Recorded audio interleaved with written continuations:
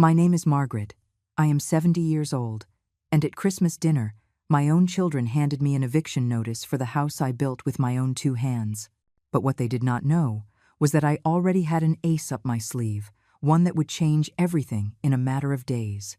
Listen to this story until the end, and tell me if you would have done the same thing I did. Because sometimes, when family stabs you in the back, the only thing left to do is show them who you really are. And believe me, what comes next is going to leave you speechless. It was December 24th, close to 8 in the evening. The table was set with the runner I quilted 30 years ago, the one with pink and yellow flowers on the corners. I had prepared everything since the day before: the turkey stuffed with my mother's recipe, the roasted potatoes with rosemary, and the apple pie they loved so much when they were kids. I spent hours in the kitchen, with knees that do not hold up like they used to, but I did it with love. I always did it with love. My son Ryan arrived first with his wife Brittany and my 2 grandsons, Connor and Tyler. The boys ran in like always, but this time Brittany stopped them dead in their tracks. They did not hug me. They did not say Merry Christmas. She had taught them to treat me as if I were invisible in my own home. Ryan did not even look me in the eye when he walked in. He sat at the head of the table, in the spot where his father, my late husband, may he rest in peace, always Saturday.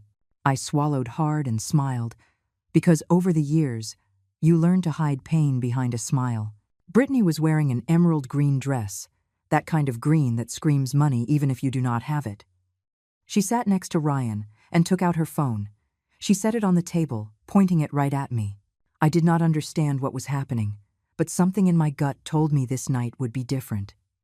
I served dinner with trembling hands. I placed the turkey in the center, the side dishes around it, the fresh-baked rolls that were still steaming. No one said thank you. No one commented on how good the food looked. The only sound was the noise of silverware against plates. Then Ryan cleared his throat. He set his fork aside and looked at me with cold eyes I no longer recognized. He was no longer my little boy, the one who cried in my arms when he had nightmares, the one who told me I was the best mom in the world. Now he was a stranger. "Mom, I need to talk to you," he said with a firm voice. Brittany smiled. It was that smile she had directed at me hundreds of times over the last 3 years. That smile that said, "I have you exactly where I want you." I put down my plate and looked at him, waiting. Ryan pulled a folded paper from his shirt pocket. He slid it across the table until it was right in front of me. "It is an eviction notice," he said without blinking. "This house is ours now. You have 72 hours to get your things and leave." I felt like I had been punched in the chest. The air escaped my lungs. My hands started shaking so badly I had to put them under the table so they wouldn't notice. I looked at the paper. There it was, in black, official letters, a notice giving me 3 days to abandon the home I built brick by brick. Brittany laughed, a soft laugh, almost musical, but full of venom. "Oh, mother-in-law, do not make that face. You are too old to live alone in such a big house. It is better this way. We will take care of everything. You can go to a nursing home. You will be better looked after there." Connor and Tyler looked at their plates. I could see they were uncomfortable, but they said nothing. She had trained them well. Ryan kept that hard look, as if I were a problem he had to solve and not the woman who gave him life. Brittany lifted her phone and focused the camera directly on my face. "I want to record your reaction," she said with that sweet, fake voice. "This is going to be so funny to show my girlfriends. Look how the old lady gets when we tell her she does not have a house anymore." I took a deep breath. I felt something break inside me, but it was not weakness. It was something different. It was clarity. I took the paper calmly, folded it again, and put it in my apron pocket. "Thank you for letting me know," I said with a voice steadier than I expected. "I will excuse myself from the table now. Enjoy your dinner." I stood up. My legs were shaking, but I did not fall. I walked to my bedroom while listening to Brittany's laughter behind me. Ryan said nothing. Not a word to stop me. Not an apology. Nothing. I closed my bedroom door and sat on the bed I shared with my husband for 40 years. The tears wanted to come out, but I stopped them. I was not going to give them the satisfaction of seeing me broken, because they did not know something. They had no idea what I had kept secret all these years. And that night, while they celebrated my humiliation, I began to plan my masterstroke. But to understand everything that happened next, I need to take you back in time. I need to tell you who I was before I became the old woman they could trample on. I need you to know my story, because only then will you understand why what I did next was absolutely necessary. I was not always this 70-year-old woman with gray hair and wrinkled hands. There was a time when I was young, strong, and full of dreams. I was born in a town so small it did not even appear on the maps, somewhere deep in the Midwest. My family was poor, that kind of poverty that makes you go to sleep hungry more nights than you care to remember. We were 7 siblings, and I was the oldest. My father worked in the fields from sunrise to sunset, and even so, the money was never enough. My mother took in other people's laundry to earn a few extra dollars, and I helped her since I was 8 years old. My hands cracked from the soap and cold water, but I never complained. I learned as a child that life gives you nothing for free, that everything you want, you have to tear from the world with sweat and tears. At 15, I left school, not because I wanted to, but because my family needed me working. I got a job at a garment factory, sewing dresses I could never afford to buy. They paid me $3 a day for 12 hours of work. My fingers bled when the needles pricked me, but I kept going because my household depended on that money. Every penny I earned, I gave to my mother. I kept nothing for myself. Not for a candy bar, not for a soda, nothing. Those were hard years. The kind that toughen your soul and teach you that in this world, you either get strong or get destroyed. I met my husband when I was 18. His name was Arthur, just like my late father. He was a good man, hardworking, with calloused hands and a smile that made me forget all the hardships. He worked in construction, framing houses for others while dreaming of having his own someday. We fell in love fast, in that intense way you only can when you are young, and believe love conquers all. We got married 6 months later in a simple ceremony. I wore a white dress borrowed from my cousin, and he wore a suit that was too big for him. We had nothing, just love and the desire to build something together. We rented a tiny room in the old part of the city. It did not have big windows, just a skylight where a ray of sun came in during the mornings. But it was ours. That is where our life began. The first year was beautiful despite the poverty. Arthur left for work before dawn and came back when it was already dark, tired, but always with a smile for me. I kept sewing, now from home, fixing neighbors' clothes for a few dollars here and there. We ate little, but we had each other. When I got pregnant with Ryan, I felt the world light up. Arthur cried tears of happiness when I told him. That night he hugged me and promised that our son would never go through the needs we went through, that he would work double, triple if necessary, but our boy would have everything. And he kept that promise. Good Lord, did he keep it. He worked until exhaustion every day of his life for us. Ryan was born in August, a beautiful baby with big eyes and a strong cry. I had him at home because we did not have money for the hospital. A midwife from the neighborhood helped me. It was 18 hours of pain, but when I held him in my arms, it was all worth it. Arthur wept with emotion looking at his son. He held him so carefully, as if he were made of glass, and whispered in his ear that he was going to protect him always. The first years were a constant struggle. Ryan was a baby who cried a lot at night. I did not sleep. Between breastfeeding him, taking care of him, and continuing to sew to help with expenses, there were days I did not even know what time it was. Arthur arrived so tired he could barely keep his eyes open, but he always found the strength to hold Ryan and rock him until he fell asleep. We were poor, but we were happy. We had love. We had purpose. We had dreams. When Ryan turned 5, Arthur arrived one night, with eyes shining with excitement. "Margaret," he said, taking my hands, "I found a lot. It is on the outskirts of the city. It is big. It has trees. We can build our house there. Our own house." I could not believe it. A piece of land. A home of our own. It seemed like an impossible dream. But Arthur had already thought it all through. He had spoken with the owner and agreed to pay it off in monthly installments over 5 years. It was $150 a month. A fortune for us. but he was determined. "We are going to do it," he told me, with that determination that defined him. "We are going to give Ryan a real home."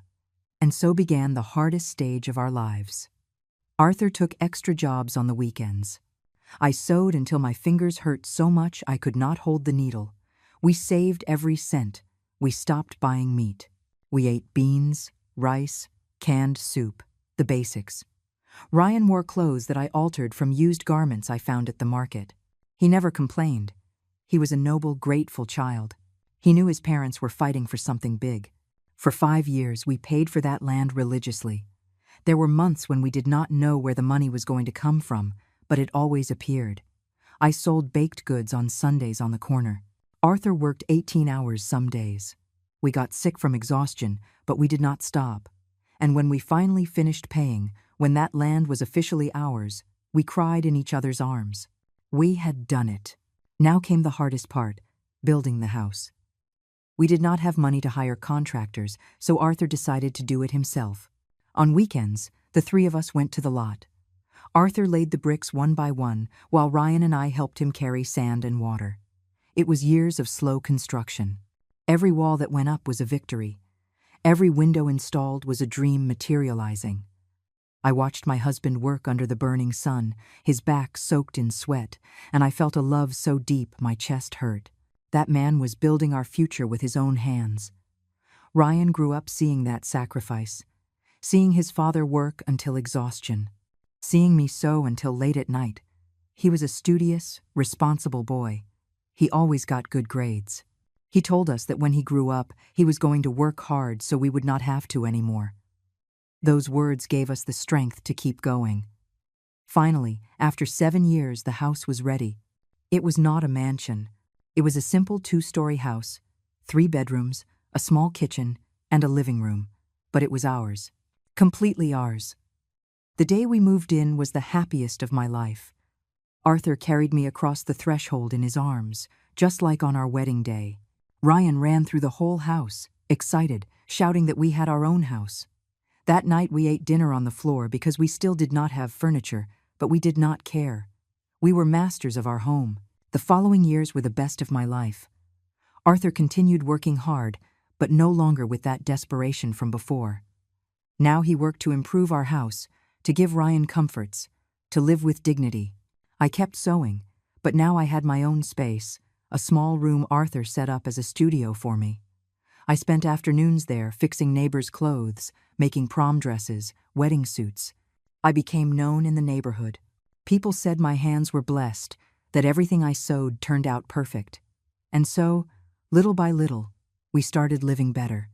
We were not rich, we never were, but we had enough. We had peace. We had love. We had a united family. Ryan finished school with excellent grades. He got a scholarship to study business administration at the state university. Arthur and I cried with pride the day he was accepted. Our son was going to be a professional. He was going to have the opportunities we never had. All the sacrifice had been worth it. During his college years, Ryan lived with us. Every morning he got up early to take 2 buses to campus.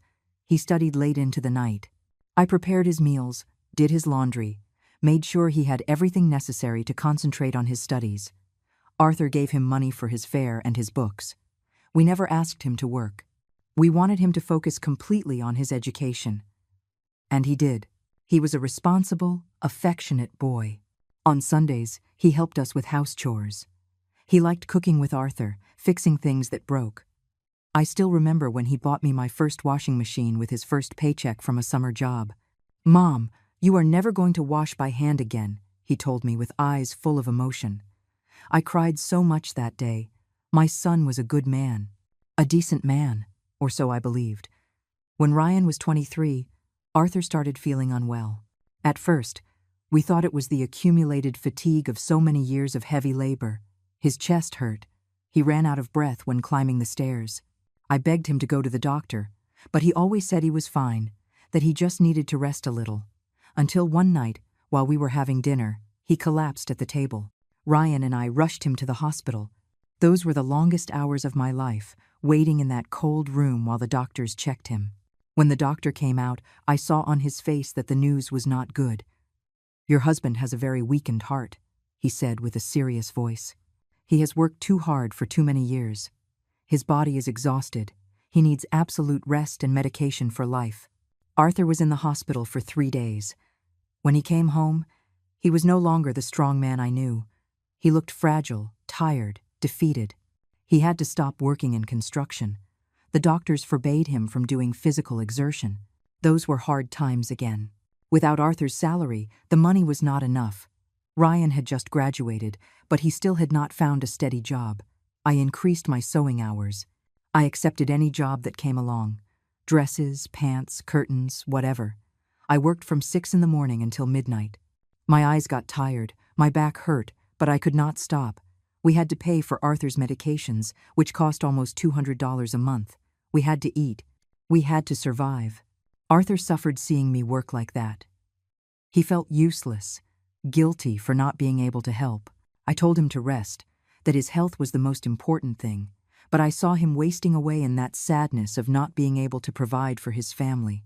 Ryan finally got a job at a company as an administrative assistant. He did not earn much, barely $800 a month back then, but he helped with what he could. He bought groceries, paid some bills. He was a good son. He was still my good boy. 5 years passed like that. 5 years in which Arthur faded little by little like a candle. His heart grew weaker every time. The doctors said he had done too much damage to his body with so many years of excessive work. I took care of him day and night. I gave him his medicines, prepared special meals, lay down next to him praying to God to leave him with me a little longer. But God had other plans. One early morning in March, Arthur left while he slept. It was peaceful, quiet, without pain. I woke up and found him cold beside me. I screamed so loud that Ryan came running from his room.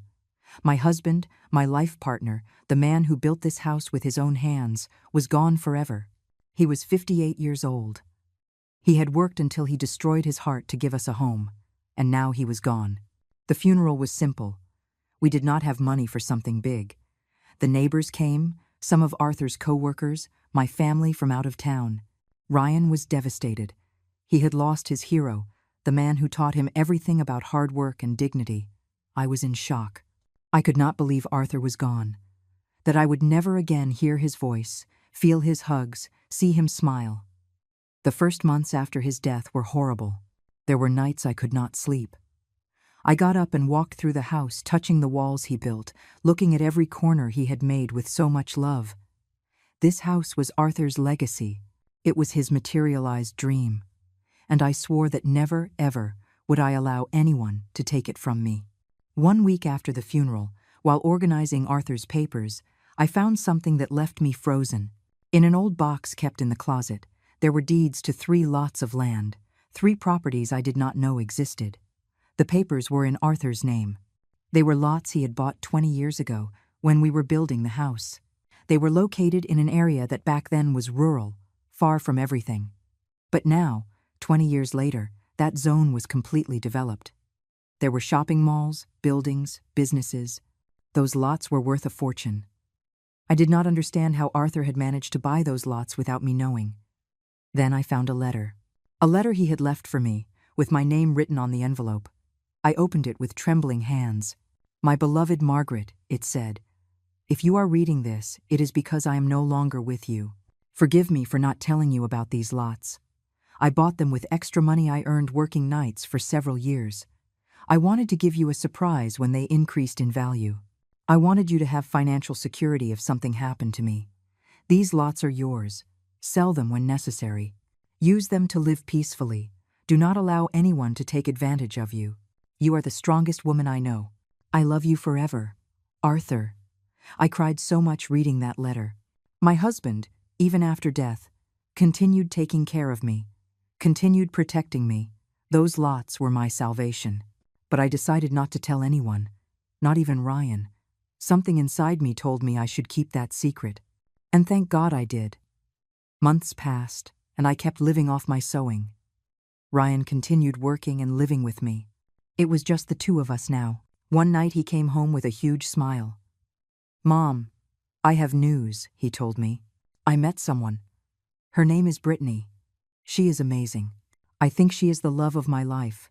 I was happy for him. My son deserved to be happy. He deserved to find love like I found with his father. Brittany came to dinner the following week. She was a young woman, 28 years old, dressed in fancy clothes. She wore a bright orange suit and high heels. She talked a lot, laughed loudly, seemed sure of herself. I tried to be kind, prepared my best meal, asked her questions about her life. But something about her unsettled me. The way she looked at the house, as if evaluating every item. The way she treated Ryan, giving him subtle orders. Do this, bring that, and he obeyed like a trained puppy. Ryan and Brittany began dating formally. At first, everything seemed normal. He came to visit often, told me how things were going, looked happy, but as the months went by, I noticed changes in my son. He started coming less. When he came, he no longer stayed to eat with me like before. He was always in a rush, always had to leave because Brittany was waiting for him. One day, I asked him if everything was okay, and he answered dryly, "Yes, Mom, everything is perfect. It is just that now I have a partner, and I must dedicate time to her. You cannot expect me to always be here with you." His words hurt, but I tried to understand. It was true. He had a right to his own life, his own relationship. I did not want to be that possessive mother who does not let her children grow up. So I stayed quiet and accepted that things were changing. 6 months into the courtship, Ryan told me they were getting married. It was sudden news. I thought it was too soon, that they barely knew each other, but he was determined. "Brittany is the woman I want to spend the rest of my life with, Mom," he said firmly. "The wedding will be in 3 months. I hope you are happy for me." "Of course I am happy," I replied, although in my heart there was a strange sensation, like a premonition that something was wrong. But he was my son, and if he was happy, I had to support him. I began helping with the wedding preparations. I offered to sew Brittany's wedding dress. I thought it would be a nice gesture, a way to get closer to her, to build a good mother-in-law and daughter-in-law relationship. But when I proposed it, she looked at me as if I had offered her an old rag. "No thanks, Margaret," she said with a fake smile. "I already have a dress reserved at a boutique in the city. It is a very exclusive designer. I do not think you could make something like that." I swallowed the humiliation and just nodded. "Okay, whatever you prefer," I told her with a soft voice. The wedding was elegant. Brittany had insisted on having it in an expensive hall that cost more than $15,000. Ryan had to take out a loan to pay for it. I offered to help with the money I had saved from my sewing, but Brittany refused. "It is not necessary," she said. "Ryan can handle it. It is his responsibility as a man." I sat at the ceremony watching my son marry a woman he barely knew. Brittany looked beautiful in her pearly white dress, smiling for all the photos. But when it was my turn to take a photo with them, she made a face of annoyance. "Just one quick photo," she told the photographer. "We do not want too many with the family." That night, I cried in my empty house. For the first time in my life, I felt I was losing my son, that this woman was pulling him away from me little by little. After the wedding, Ryan and Brittany rented a small apartment downtown. I thought they would live there and build their life together. But 3 months later, Ryan arrived at my house with a proposal. "Mom, I need to talk to you," he said, sitting in the living room. "The apartment where we live is very small and the rent is very expensive. We are paying $1,200 a month and barely have enough for other things. Brittany and I were thinking we could come live here with you. The house is big, you have empty rooms. It would be temporary, just until we save to buy something of our own." My first instinct was to say no. This house was my refuge, my space, Arthur's legacy. But I looked into my son's eyes and saw exhaustion, worry. He was struggling financially, and I was his mother. How was I going to deny him help? "All right," I told him. "You can come, but only temporarily." Ryan smiled and hugged me. "Thanks, Mom. You are the best." "I promise it will not be for long." They moved in 2 weeks later. They brought their things in a truck. I gave them the biggest room on the 2nd floor, the one with the private bathroom. I cleaned everything, put on new sheets, placed fresh flowers so they would feel welcome. I thought it would be nice to have company again, that the house would not feel so empty. But from the first day, Brittany started changing things. "This is very old," she would say, pointing to the furniture Arthur and I had bought with so much effort. "We need to renovate everything. This house looks like it's from the 50s. She started moving things around without asking me. She took down the photos of Arthur that I had in the living room. "They are very sad," she said. "This house needs new energy, not memories of dead people." When I asked her to put the photos back, she looked at me with contempt. "You are no longer the only one who lives here, Margaret. Now we are a family, and decisions are made by everyone." Ryan said nothing. He just looked at the floor like a scolded child. The first months were tense but manageable. I tried to keep the peace. I cooked for them, did their laundry, cleaned the house. I did everything I could so they would feel comfortable. But nothing was enough for Brittany. The food was too salty or too bland. The house was never clean enough. I made too much noise in the mornings when I got up early. Every day there was a new complaint. And Ryan, my son, who used to defend me from everything, now stayed silent. Sometimes he even scolded me. "Mom, try to make less noise, please. Brittany needs to sleep. Mom, do not cook that. Brittany does not like it. Mom, do not play music. It bothers Brittany." Everything was Brittany.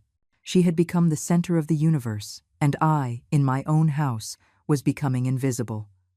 1 year after they moved in, Brittany got pregnant. Ryan was happy. He was going to be a father. I got emotional too. I was going to be a grandmother. I thought that maybe a baby would soften Brittany, that motherhood would make her more understanding, more human. But I was wrong. The pregnancy made her worse. Everything bothered her. She could not smell my perfume because it gave her nausea. She could not watch soaps on TV because the noise upset her. I could not sew in my studio because the sound of the machine made her nervous. Basically, I could not exist in my own house. I had to lock myself in my room most of the day so as not to disturb her. And when I commented to Ryan that this was too much, that I also had a right to live peacefully, he exploded. "She is pregnant, Mom. She is going through something difficult. You should be more understanding instead of complaining.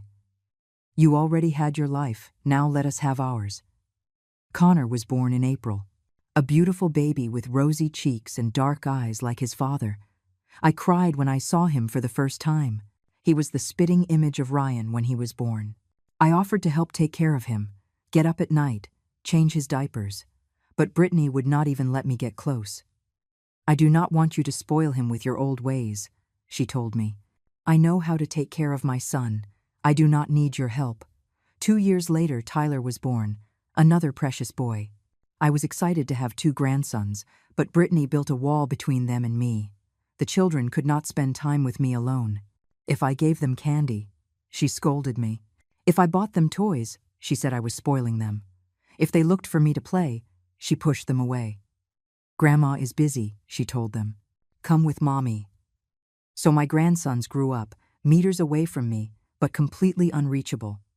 What started as a temporary situation became permanent. Ryan and Brittany never saved to leave. In fact, Ryan stopped giving me money for household expenses. I kept paying for the water, electricity, gas, food. They only paid for their cell phones and personal things. When I asked them to help with the bills, Brittany looked at me as if I were a beggar. "We are living in your house, Margaret, but we are also keeping you company.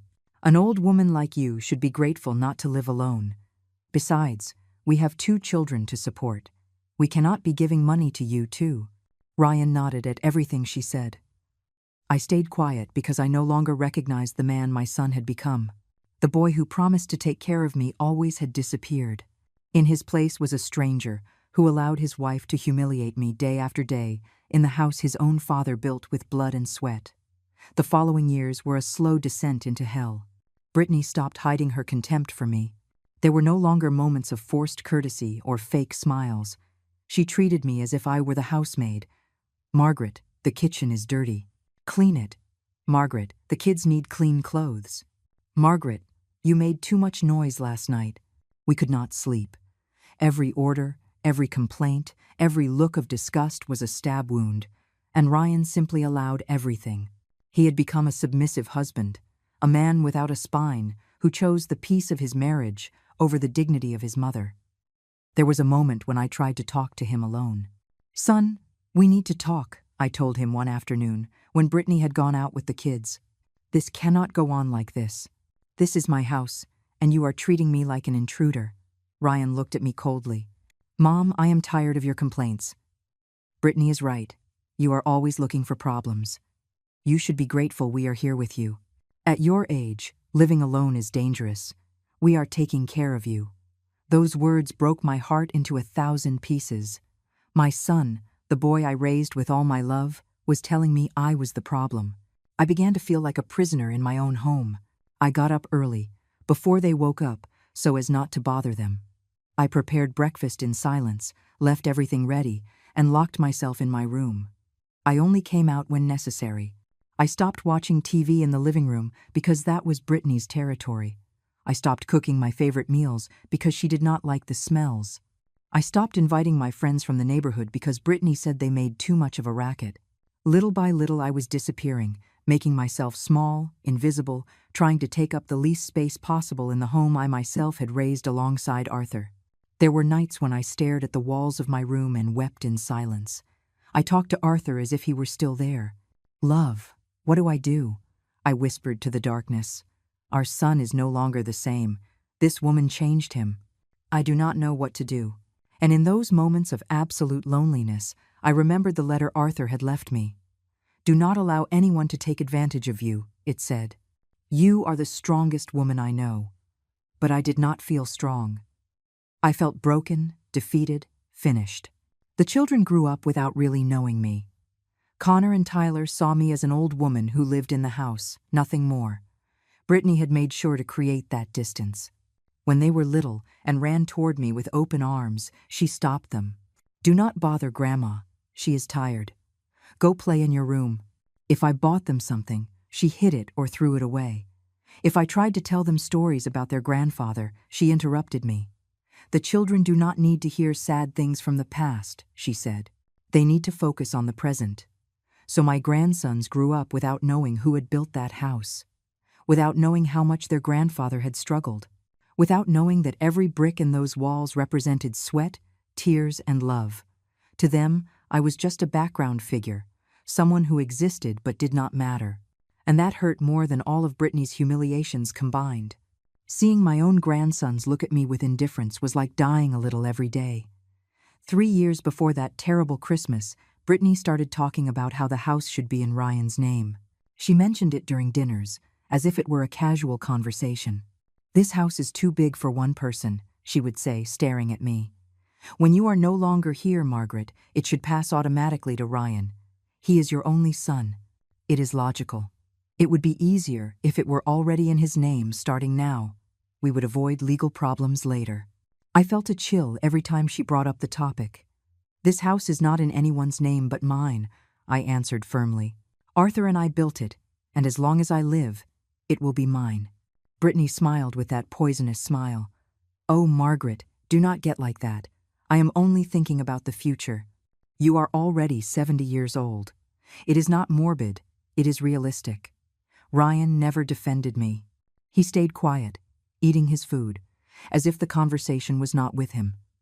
But I saw in his eyes that he agreed with his wife, that he also thought I should hand over the house to them.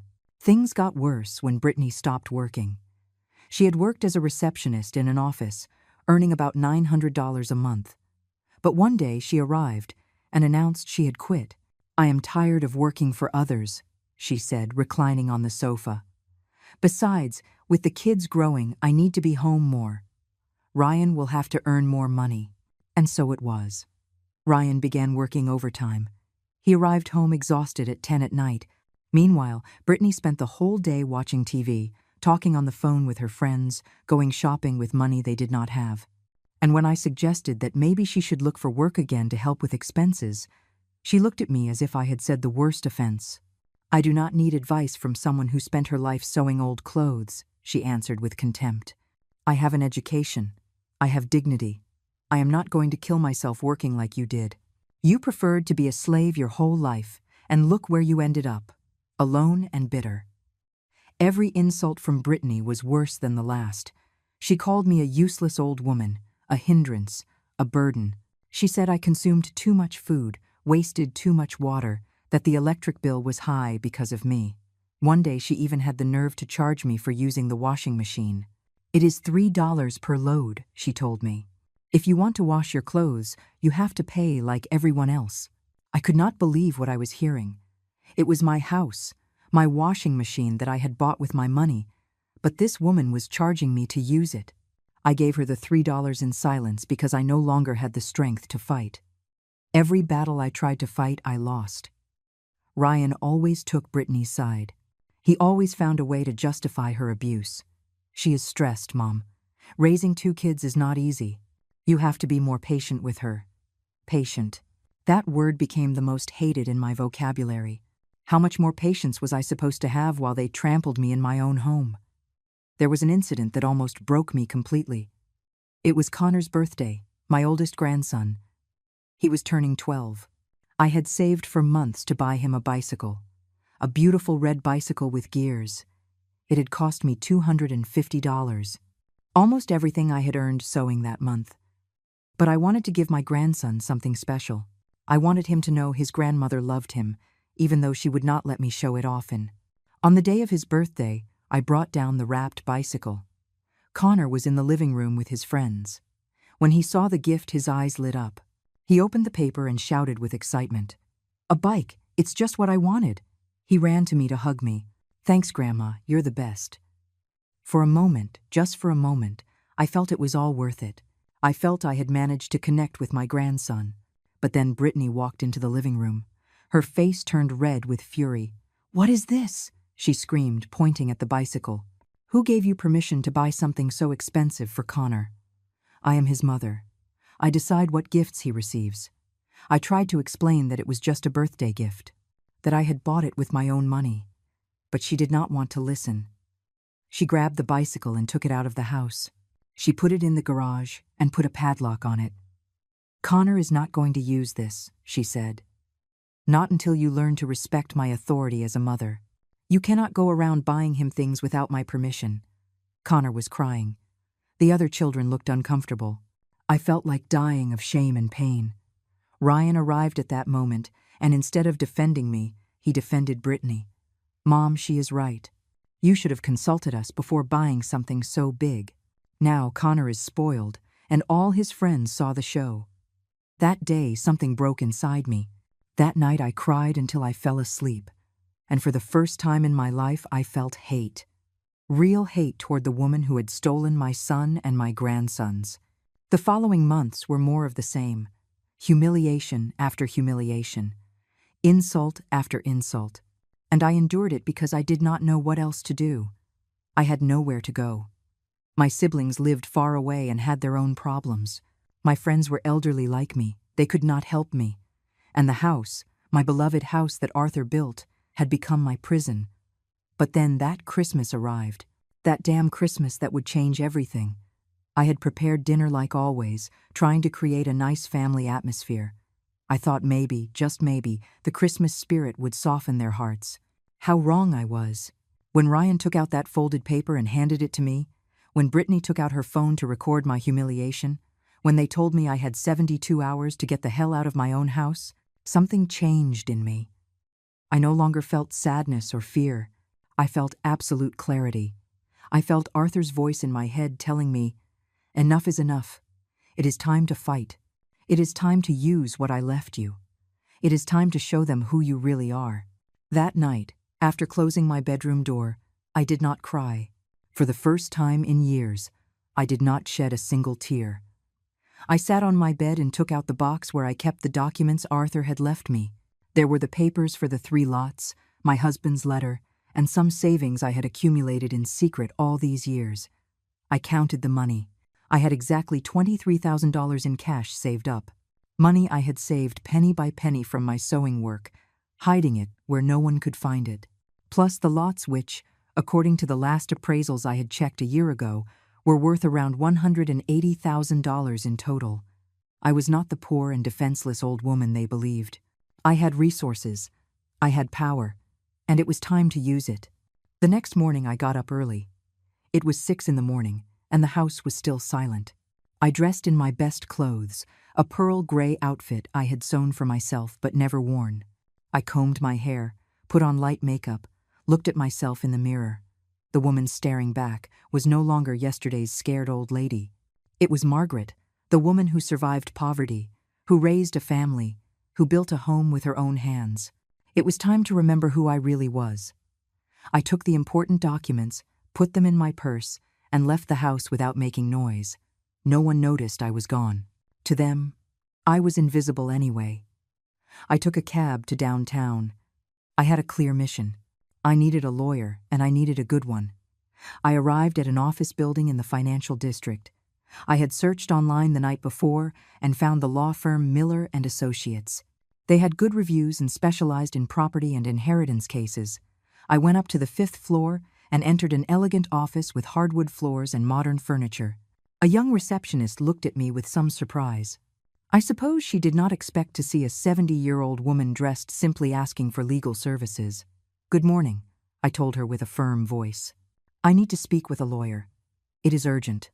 She asked me to wait, and after a few minutes showed me into an office where a man of about 45 was waiting, graying at the temples, in an impeccable dark coffee-colored suit.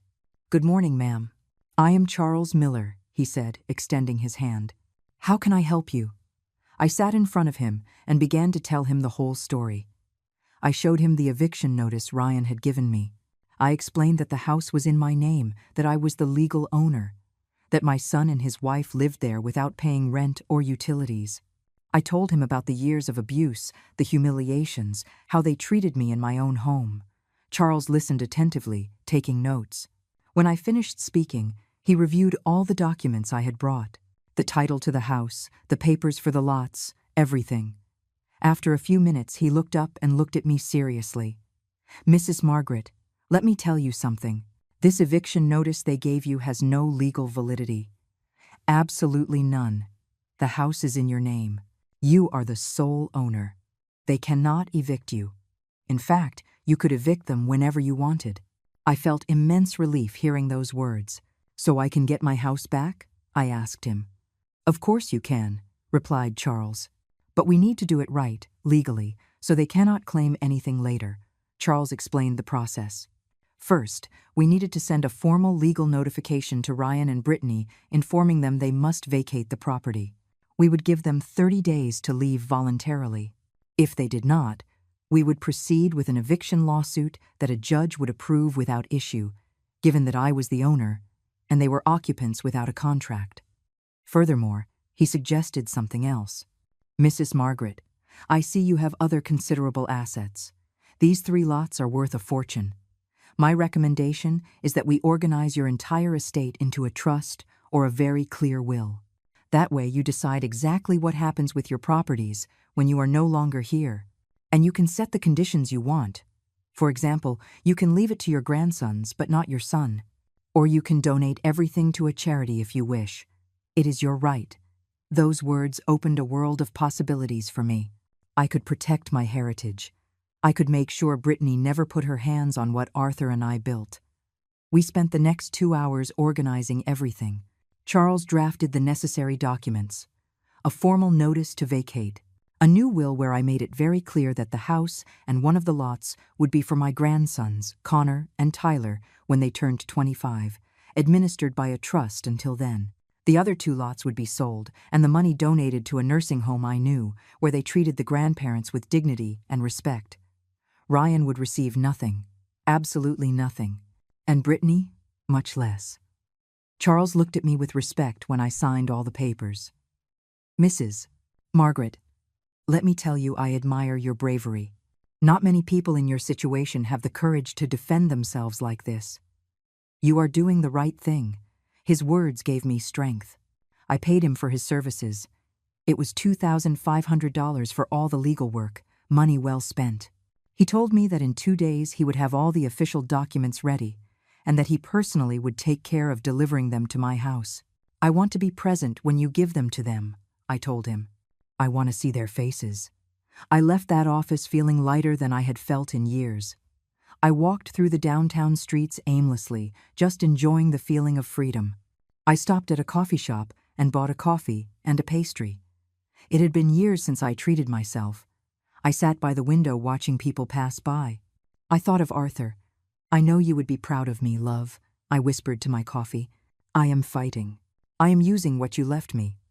I am no longer the scared woman who lets herself be trampled. I finished my coffee and decided to do something else. I went to a real estate agency. I want to see apartments for rent, I told the agent. Something small but nice. Just for me. She showed me several options, and I found a perfect one. A one-bedroom apartment in a building for seniors. It had security, common areas. They even organized activities for residents. The rent was $600 a month, something I could easily pay with my savings and my pension. I'll take it, I told the agent. I signed the contract that same day. I would move in a week. The next 2 days were strange. I went back to the house and acted completely normal. Ryan and Brittany had no idea what I had done. Brittany was particularly unbearable, giving me orders constantly. Margaret, pack your things already. Time is running out. You only have 48 hours left. I just nodded and smiled. Yes, Brittany, whatever you say. She interpreted my calm as resignation. She commented to Ryan that night. I heard them from my room. Your mother already gave up. She is not even fighting. Surely she already found some cheap nursing home to check into. Better for us. Finally, we will have the whole house for our family. Ryan mumbled something I did not catch, but I did not care. Let them think what they wanted. They would see reality very soon. That night I slept better than I had slept in years. I dreamed of Arthur. In the dream, he hugged me and told me, "You did good, my love. Now they are going to learn."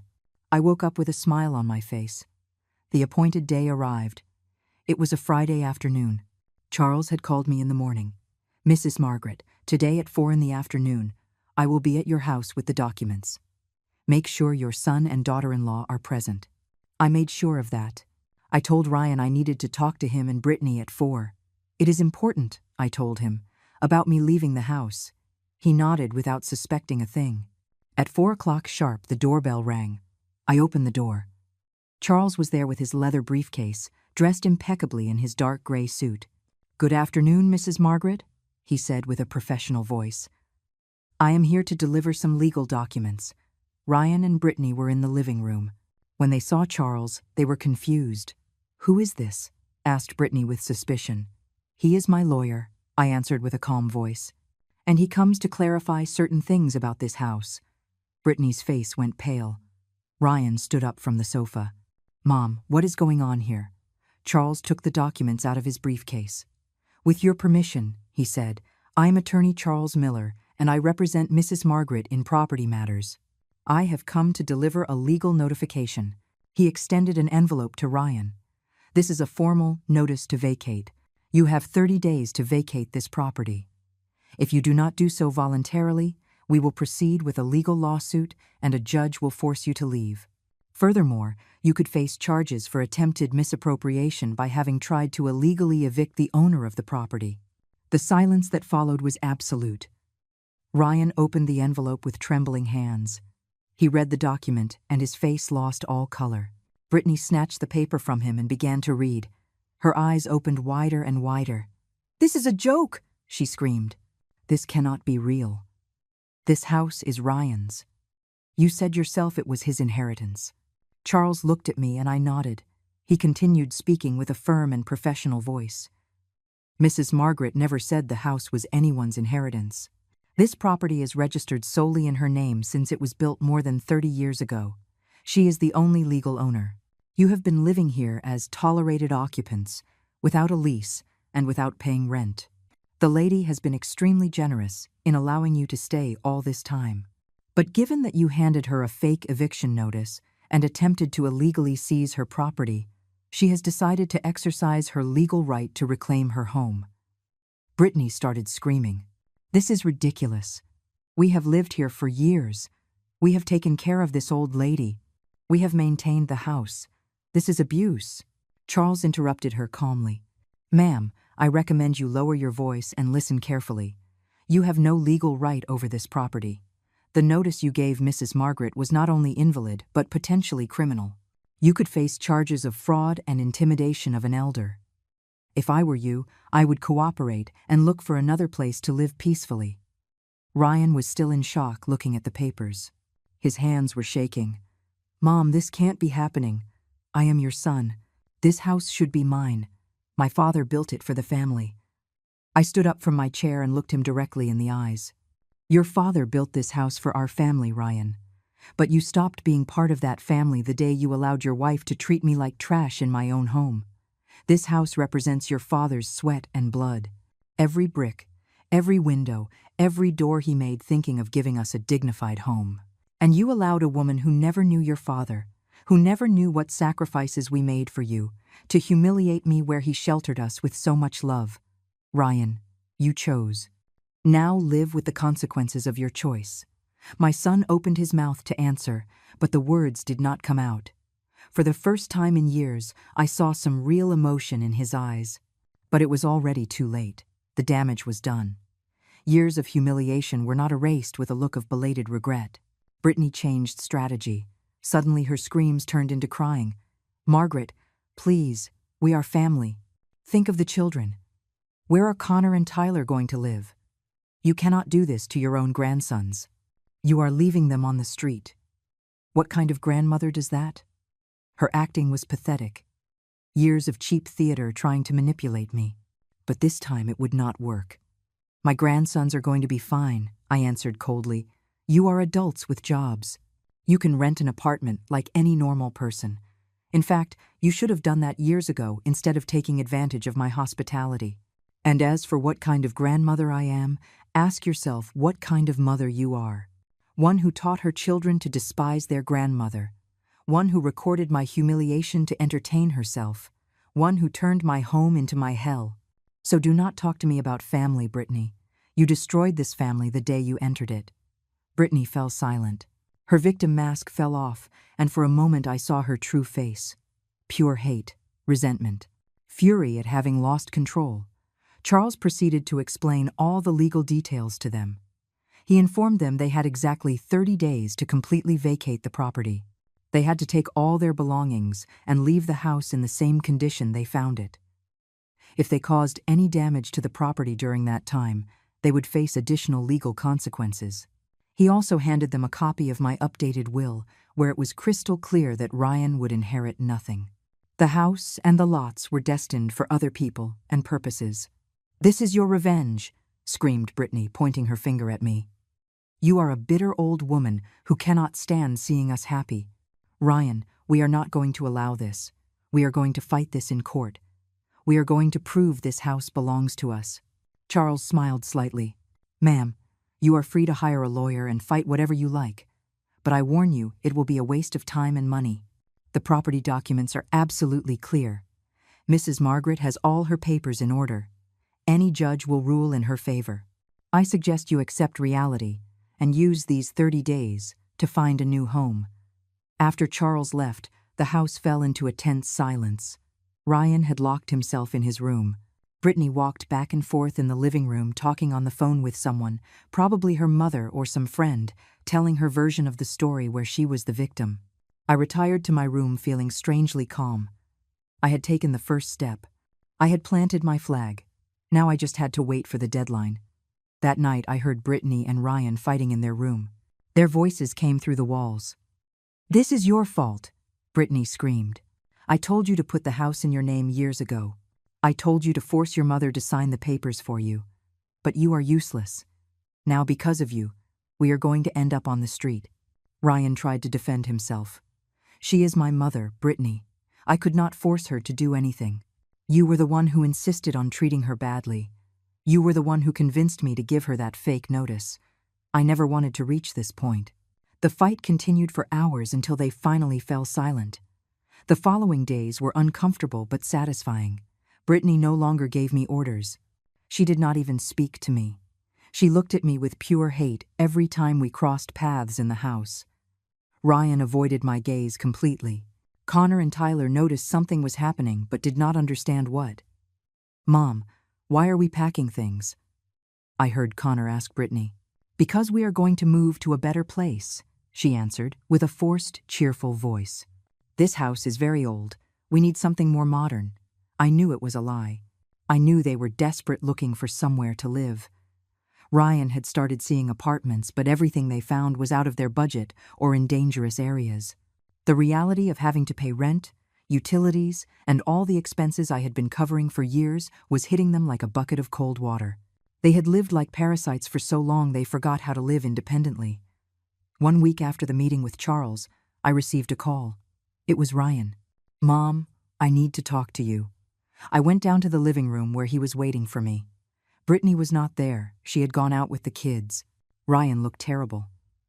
Deep dark circles, wrinkled clothes, unshaven beard. "Mom, please, reconsider," he began saying with a broken voice. "I know we messed up. I know Brittany crossed the line. But we are your family. We cannot find a place to live that we can afford. Apartments are super expensive. We have no savings. Please, give us more time. Or let us stay, and I promise everything will change." I looked at him without a shred of pity. "Ryan, 3 years ago I asked you to set boundaries with your wife. I asked you to defend me. I asked for respect in my own house. And you ignored me. You treated me as if I were the problem. Now you come asking for compassion because you are in trouble. Where was your compassion when your wife charged me to use my own washing machine? Where was your compassion when she recorded my humiliation at Christmas? Where was your compassion all those years you made me invisible in the home your father and I built for you?" Ryan began to cry. It was the first time I saw him cry since his father's funeral. "Mom, I am sorry. I really am sorry. I do not know at what moment I became this person. Brittany changed me little by little, and I did not realize it. But you are my mother. I cannot lose you, please." His tears did not move me. I had cried too many tears alone in my room to feel pity for his now. "You already lost me, Ryan," I told him with a firm voice. "You lost me the day you chose a toxic woman over the mother who gave you life. You lost me every time you stayed silent while she humiliated me. You lost me when you gave me that fake eviction notice at Christmas. The son I raised, that noble and loving boy, died years ago. I do not know who you are, but you are not my son. My son would never have treated me like this." Ryan covered his face with his hands, sobbing. I got up and went to my room. There was nothing else to say. That conversation was the last time we spoke before they left. The remaining days passed in a deathly silence. Day 29 arrived. Tomorrow the deadline was up. A moving truck arrived early in the morning. Ryan and Brittany began taking out their things. Furniture, boxes, clothes, the kids' toys. Everything they had accumulated during the years they lived in my house, I watched from my bedroom window. Brittany looked furious, throwing things into the truck carelessly. Ryan looked defeated, moving boxes like a robot. Connor and Tyler helped in silence. I could see the confusion on their faces. They did not understand why they had to leave, because Grandma was kicking them out. Brittany had taken charge of painting me as the villain, the bad grandma who is kicking us out onto the street. But someday, when they were older, they would know the truth. Someday I would give them the letters I was writing for them, explaining everything. For now, I could only let them leave and trust that time would reveal the truth. At 6 in the evening, the moving truck left. Ryan entered the house one last time to check they didn't forget anything. I went down the stairs and we met in the living room. We looked at each other for a long moment without saying anything. There was so much to say, and at the same time, nothing worth expressing. "Mom," was all he said. Just that word. "Mom," as if with it he could repair years of abandonment and mistreatment. I did not answer. I had no words for him. Ryan nodded his head, understanding there was no going back. He took the house keys out of his pocket and put them on the dining table. Then he left. The door closed behind him, and for the first time in years, the house was in complete silence. A beautiful, liberating silence. I walked through every room, feeling as if I were rediscovering my own home. I touched the walls Arthur built. I looked through the windows he installed. This house was mine again, completely mine. I sat in the living room and let the tears finally come out. But they were not tears of sadness. They were of liberation, of victory, of justice finally served. The following days I dedicated to cleaning the house from top to bottom. I wanted to erase every trace of Brittany. I washed the curtains. I scrubbed the floors. I opened all the windows so fresh air would come in. I took out the few things they had left forgotten and donated them. I put Arthur's photos back in their place of honor in the living room. I put fresh flowers in every room. I reorganized everything to my taste, and when I finished, the house felt different. It felt like home again. I moved into my new apartment as I had planned. I would leave the house closed for a time, keeping it in good condition until my grandsons were old enough to inherit it. But I needed to start my new life in a new space, without the ghosts of the mistreatment I had suffered within those walls. My apartment was small but cozy. It had everything I needed. A room with good light, a functional kitchen, a little balcony where I could drink coffee in the mornings. And best of all, it was in a building full of people my age who treated me with respect and kindness. In my building, I met Phyllis, a 68-year-old woman who lived in the apartment next door. She was a widow like me. She had lost her husband 10 years ago. We became friends quickly. We drank coffee together every morning. We went out walking in the afternoons. We told each other our life stories. When I told her what happened with Ryan and Brittany, she hugged me with tears in her eyes. "Margaret, you did the right thing," she told me. "No one, not even family, has the right to mistreat you. You are a brave woman." I also met Antonia, another neighbor in the building who organized yoga classes for seniors. She invited me to join, and I accepted. It had been decades since I exercised for myself. I had always been too busy taking care of others. I discovered I loved it. My body felt stronger, more flexible. My mind was clearer. For the first time in years, I was taking care of myself. The building also had a book club, movie nights, painting classes. I signed up for everything I could. I was rediscovering who I was beyond being a mother, beyond being a wife, beyond being the rejected grandmother. I was Margaret, a 70-year-old woman with a life still ahead of her. I began dressing better, fixing myself up more. I bought new clothes, cut my hair in a modern style. I looked in the mirror and saw a different woman, a woman who had regained her dignity, a woman who had learned to value herself. Phyllis always told me I looked 10 years younger. "You glow differently, Margaret. It is as if you took a huge weight off your shoulders." And she was right. I had taken off the weight of years of abuse, of years of feeling less than, of years of living trampled in my own house. Now I was free. 3 months after Ryan and Brittany left, I received an unexpected call. It was from a woman who identified herself as Laura, a friend of Brittany's. "Mrs. Margaret, I am calling you because you need to know something. Brittany and Ryan separated. She left him 2 weeks ago." I froze. What had happened? Laura explained to me that when Brittany realized there was really no inheritance, that Ryan was not going to receive anything from me, and that they were going to have to live on his salary alone, she began treating him worse and worse. She blamed him for everything. She humiliated him in front of the children. She compared him with other men who, according to her, did know how to be providers. One day, Ryan arrived from work and found the apartment empty. Brittany had taken the children and gone to live with another man, someone who apparently had more money. She left him a note, saying she had not gotten married to live in poverty, that she deserved something better. Ryan was destroyed, living alone in that apartment, working double to pay child support. Laura gave me his new address.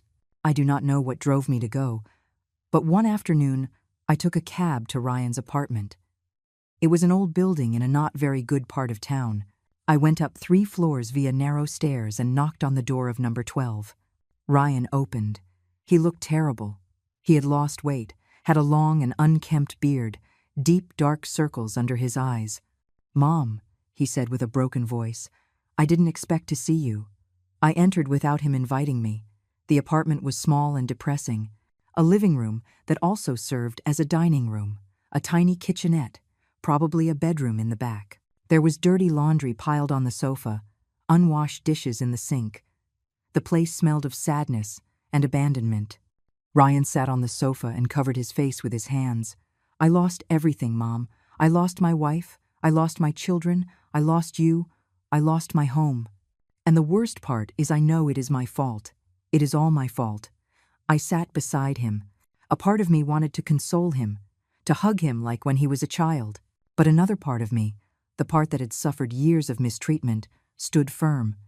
"Ryan," I told him with a calm voice, I did not come here to tell you everything is fine or that I forgive you. I came because you are my son, and you need to hear something important. What happened to you with Brittany is not my fault, nor is it your punishment for what you did to me. It is simply the natural consequence of marrying a woman who only wanted you for interest. She never loved you, she used you, and when you no longer served her, she discarded you. That has nothing to do with me. Ryan looked up. His eyes were red. I know, Mom. I know. I was an idiot. I let myself be manipulated. I changed completely. And now, not only did I lose you, but I also lost my children. Brittany won't let me see them. She says first I have to give her more money for support, but I can barely pay rent on this place. I explained something he needed to understand. Ryan, about your children, we have to talk. I made a will where your children, my grandsons, are going to inherit the house and one of the lots when they turn 25. That is protected in a trust. Neither you nor Brittany can touch that money or those properties. It is for Connor and Tyler solely. I also left them letters explaining the whole truth of what happened. When they are older and can understand, they will know their grandmother did not abandon them. They will know their father allowed them to be pushed away from me. They will know their mother was a toxic person. And they will have to decide what kind of relationship they want to have with you based on that truth. Ryan assimilated my words slowly. That is more than I deserve, he said finally. It is more than I gave to you. Thank you for thinking of my children despite everything. I do it for them, not for you. They are innocent in all this. They are not to blame for the mistakes we parents made. Before leaving, I told him something else. Ryan, if you really want to rebuild your life, you need to start with yourself. Seek help. Go to therapy. Understand how you reached this point. Learn to value yourself enough not to let anyone else manipulate you. And when your children are older, when they can decide for themselves if they want to have a relationship with you, make sure you are a man they can be proud of. Not the weak man who allowed abuse of his mother. Not the man who let himself be used by a gold digger. Be the man your father wanted you to be. Ryan wept. They were genuine tears of regret and pain. I am so sorry, Mom. I am sorry for everything. For every insult I allowed. For every humiliation I did not stop. For failing you when you needed me most. I am sorry for not being the son you and Dad deserved.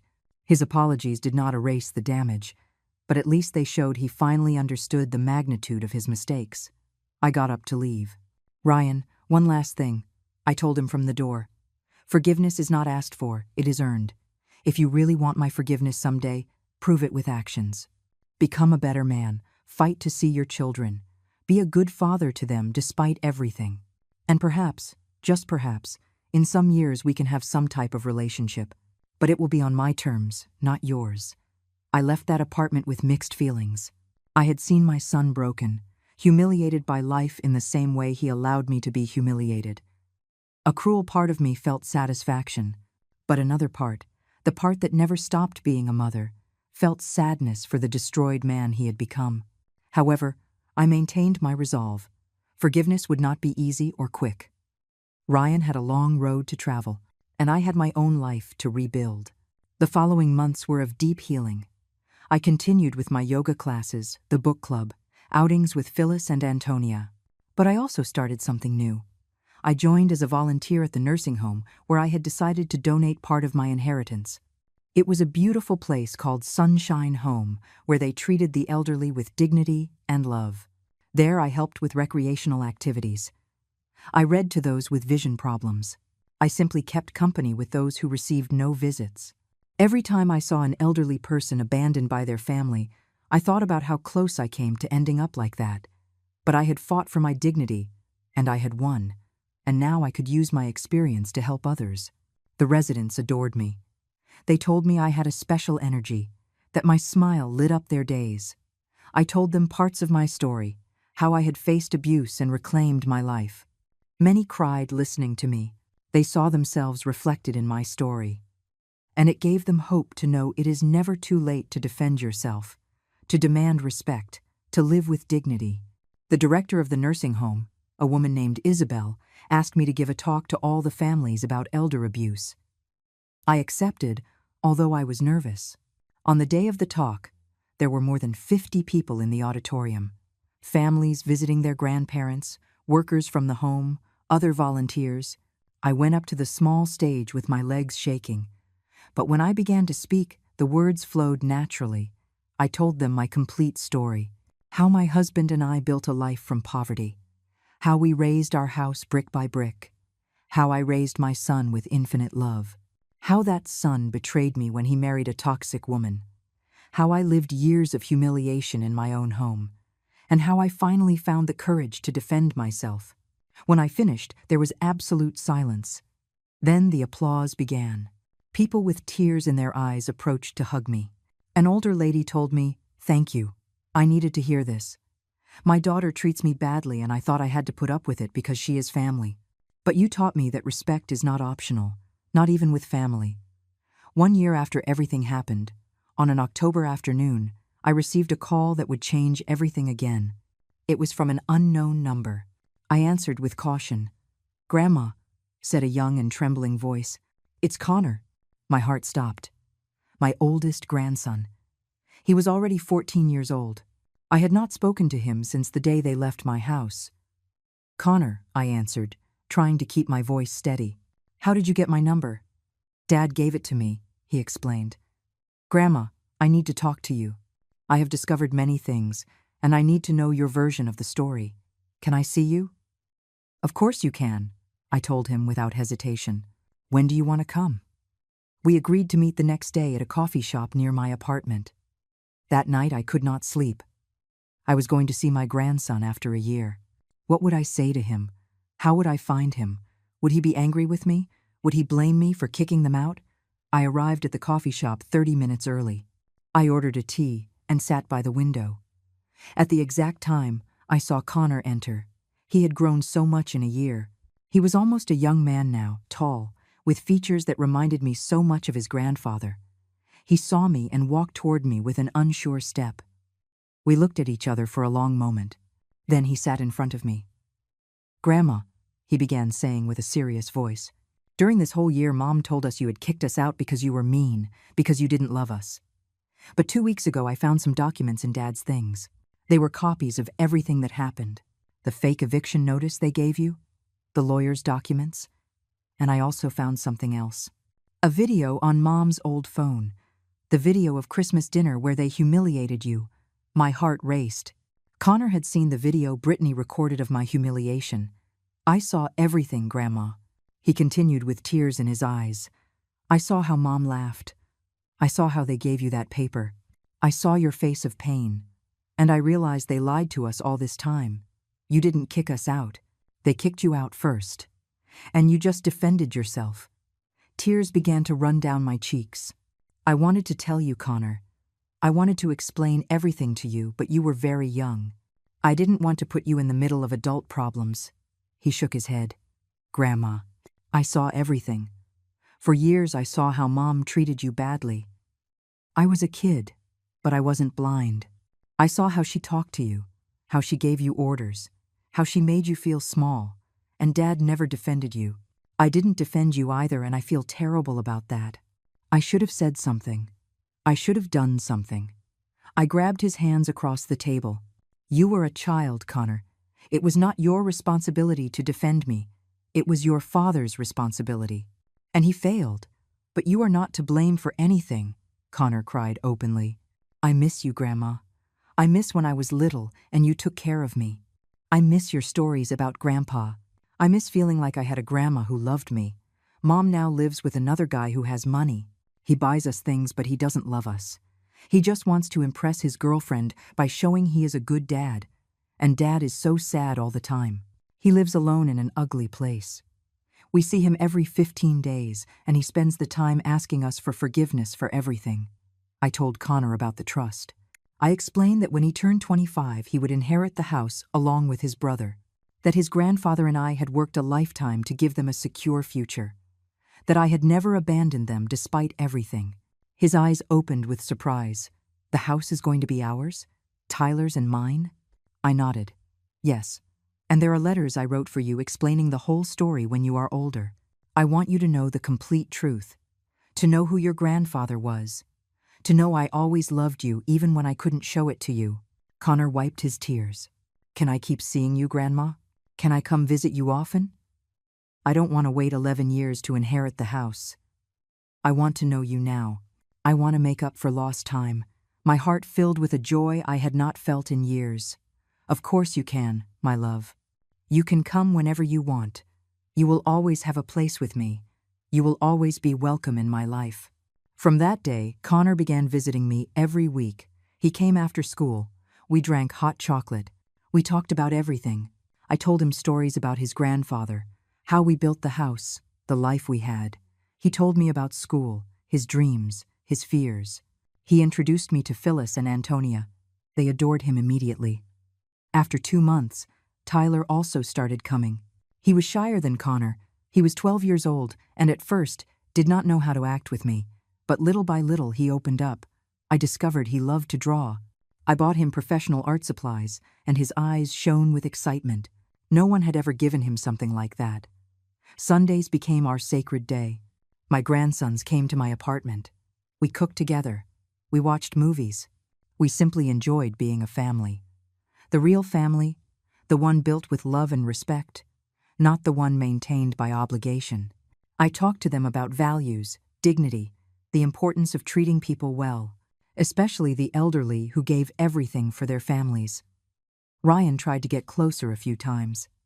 He called me about every month. The conversations were short and awkward. He told me how he was trying to improve his life. He had started therapy, as I suggested. He was working 2 jobs to afford a better apartment and see his children more often. He asked for my forgiveness constantly. I listened to him, but I did not give him the forgiveness he sought. Not yet. Real forgiveness would take time. I needed to see sustained changes, not just words. I needed to see that he had really become a better man. For now, we maintained a distant but civilized relationship. He respected my boundaries. He did not pressure me, and I appreciated that. Maybe someday we could rebuild something. But it would be a new relationship, different, based on mutual respect and not on the traditional mother-son dynamic we had before. 2 years after everything happened, I was sitting on my balcony drinking coffee one Sunday morning. Connor and Tyler would arrive soon to spend the day with me. I looked toward the horizon and thought about the entire journey traveled. I had gone from being a broken woman, humiliated in her own home, to being a free, respected woman surrounded by genuine love. I had regained my dignity. I had regained my life. And most importantly, I had regained the relationship with my grandsons. I thought of Arthur, my beloved husband, and spoke to him in my mind as I did every morning. I did it, love. I defended what we built. I protected our legacy. And our grandsons are going to know who we really were. They are going to know what hard work, sacrifice, and true love mean. Thank you for giving me the tools to fight. Thank you for those lots you kept in secret. You saved me even after your death. The sun rose completely, illuminating the city. And I smiled. Because I had learned the most important lesson of my life. If someone treats you like a burden, even if it is family, you have every right to say enough. Respect is not negotiated. Dignity has no price. And never, ever, is it too late to defend yourself and claim the life you deserve. I did it at 70 years old. And if I could, anyone can. My name is Margaret. I am now 72 years old. And this is my story of how I got my life back. Tell me, where are you listening to this? Have you gone through something similar? Remember always that you deserve respect. You deserve love. You deserve dignity, no matter your age. No matter your situation. Never allow anyone to make you feel less than what you are worth. Because you, just like me, are valuable. You are strong. And you deserve to be happy.